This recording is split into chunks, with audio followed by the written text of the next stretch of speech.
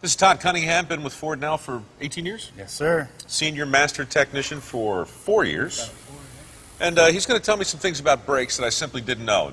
Maybe you didn't know them either. Maybe you did know them, but maybe you need to be reminded because brakes are kind of a big deal. When Joe Schmo knows there's a problem, it's because he's heard a sound that goes like... Either that or a heavy, heavy grind. What's that sound like?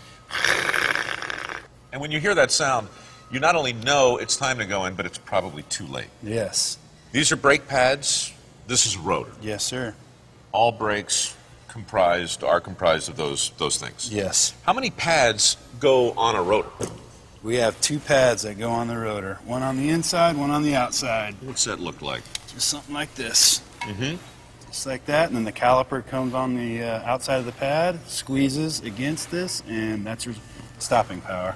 So when you're hearing the screaming sound, what exactly is happening? Well, we can have a couple different things. We can have, obviously, the brake material itself is gone. Right.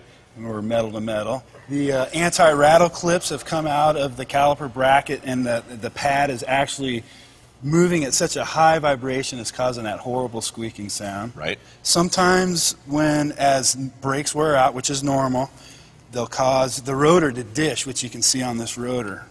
See how it's got that lip on it? So it's like it gets a little concave, yeah. so it dishes. Yeah.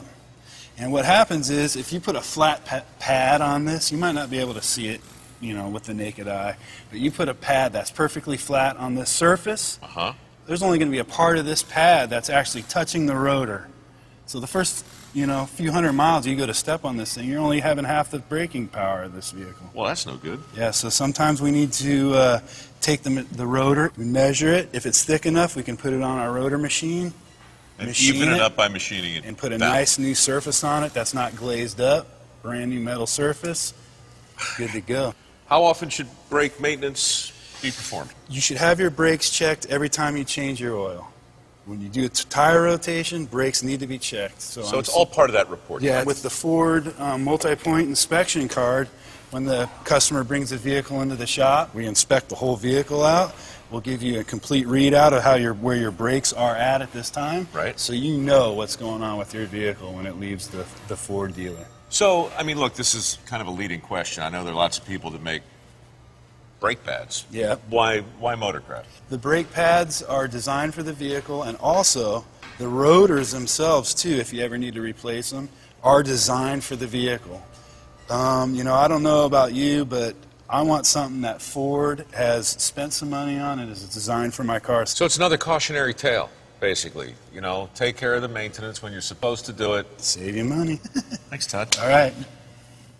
Dana Ford Lincoln Mercury, Exit 7 West Shore Expressway, DanaFLM.com.